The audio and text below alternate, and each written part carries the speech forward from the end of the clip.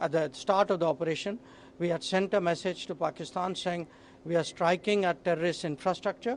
We are not striking at the military. So the military has an option of standing out and not interfering in this process. They chose not to take that good advice. Jaishankar इस तरह का बयान दें जो पाकिस्तान में और पूरे देश में, पूरे विश्व में हमारी हंसी उड़ रही है।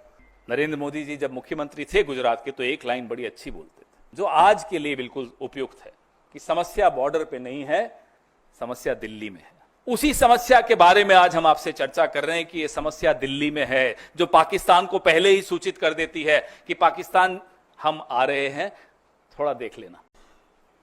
अब कल खबर आई कि आईएसआई के लिए काम करने वाले कुछ लोग, कुछ जासूस पकड़े गए। पहले भी खबर आई थी, डीआरडीओ का एक प्रदीप कुरुलकर संघ से बड़ा जुड़ा हुआ था, राष्ट्रीय स्वयंसेवक संघ से, पाकिस्तान को कुछ सूचनाएं गोपनीय देता था। क्या हुआ उसका? आपने उसके बाद सुना, हमने प्रेस वार्ताएं की, बार बार उस मुद्दे को उठाया। क्या हुई? लीपापोती हुई? हो क्या रहा है प्रदीप कुरुलकर का? तो आप बीच में कोई खबर आती है कि भाई आईएसआई के लिए कोई ध्रुव सक्सेना काम करते हुए पकड़ा गया भारतीय जनता पार्टी का। फिर आता है प्रदीप कुरुलकर डीआरडीओ के साइंटिस्ट हैं, संघ से बड़े जुड़े हुए हैं, पूरा दूसरी तीसरी पीढ़ी संघ के साथ जुड़ी हुई है। क्या हुआ उनका? ये है क्या? ये क्या मुखबिरी का इतिहास है? ये क्या रिश्ता है आपका पाकिस्तान के साथ? ये हमें जानना जरूरी है, देश को जानना जरूरी, क्योंकि आज आप तमाम संस्थाओं पे कब्जा किए बैठे, इसलिए ये जानना जरूरी है। नरेंद्र मोदी जी जब मुख्यमंत्री थे गुजरात के, तो एक लाइन बड़ी अच्छी बोलते थे, जो आज के लिए बिल्कुल उपयुक्त है, कि समस्या बॉर्डर पे नहीं है, समस्या दिल्ली में है।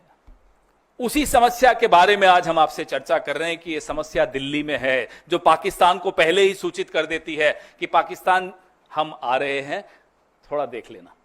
दूसरा वीडियो चलाइए। हम पर बड़ा बोला जाता है कि अरे राहुल जी का बयान पाकिस्तान के टीवी पे चल रहा है, हमारी सहयोगी सुप्रिया जी के लिए आया पाकिस्तान चला रहा है, मेरे लिए आया पाकिस्तान के टीवी पे चल रहा है। अब मैं बताता हूं पाकिस्तान के टीवी पे क्या दिया कि हम मजबूर हैं, हमने ये करना है, मगर फिक्र की कोई बात नहीं है। हमारे इरादे को जंग के नहीं है। हाँ, मिलिट्री के आपको निशाना नहीं बनाएंगे। हम टेररिस्ट के 4-5 ठिकाने हैं, वहाँ एक एक ठा कर देंगे। हाँ।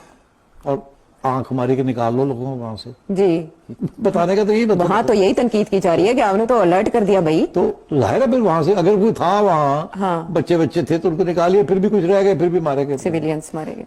तो इनका ये कहना है कि हमने तो आपको बता दिया था कि हम आ रहे हैं और आप, तो यार अगर सजा देनी थी तो ये ऐसे करते हैं। तो इसका कि ये पहले दिन से ये फरेब थे, ये सब एक ड्रामा था। ये अवाम को गुमराह कर रहे थे, अपनी अवाम को, और हमारे साथ जंग नहीं करना चाहते थे। अच्छा। अवाम को कह रहे थे हम इंतकाम करेंगे, हम जंग करेंगे, उनको सबक सिखाएंगे। की सबक है? तुम पहले कहते हो ऐसे आ रहे हो, हट जाओ, एक ही गल हुई, यही किया ना जी। ये आप देख रहे हैं जयशंकर जी के चर्चे पाकिस्तान में टीवी पर चल रहे हैं और हंसी उड़ाई जा रही है हमारे मुल्क की। क्या बर्दाश्त करेंगे हम और आप? इस तरह से हमारे देश की 75 साल का एक बहुत, मैं कहूंगा, समृद्ध हमारी एक परंपराएं रही हैं, कन्वेंशंस रही हैं, एक रूल ऑफ लॉ है, डिप्लोमेसी है, सिद्धांतों पर हमारा देश चलता है। हम खुद कभी युद्ध नहीं करते, बिल्कुल सही बात है। हम सिर्फ रिटेलिएशन करते हैं, अपने इंटरेस्ट का प्रोटेक्शन करते हैं, हम अपने हितों की रक्षा करते हैं। और उसके बाद जयशंकर इस तरह का बयान दें जो पाकिस्तान में और पूरे देश में, पूरे विश्व में हमारी हंसी उड़ रही है। इसलिए राहुल गांधी बार बार कह रहे हैं कि आप जवाब दीजिए इस फोरवार्निंग से। ये जो आपने पहले ही पाकिस्तान को बता दिया, इससे देश को क्या नुकसान हुआ, यह हमारा लिए जानना बहुत जरूरी है। देश के कितने हवाई जहाज गिरे, देश को क्या नुकसान हुआ, और कितने आतंकी बच के भाग गए, ये जानना हम सब के लिए बहुत जरूरी है।